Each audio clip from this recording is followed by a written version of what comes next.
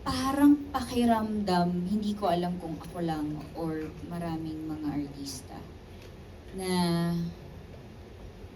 kahit naman good girl ka, may nakikita pa rin silang bad about you. Tas mas yun yung idadissect. So, imagine that be your life every single day.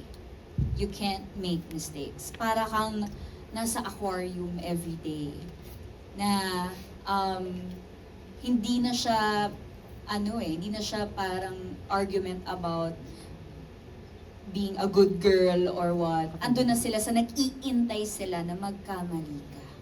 Mas yun. And para sa akin, it's both easy and difficult. It's difficult because tao ako eh. Tao kami. Hindi kami good lang. 'Di ba? Dito nga sa pelikula na-discover ko may wild side pala din ang Barbie, 'di ba? Yung ganon. So, it's hard to keep a good image when people already have these preconceived notions about you na hindi naman na din good in the first place.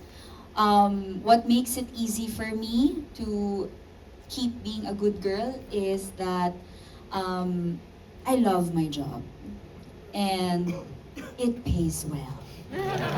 Thank you.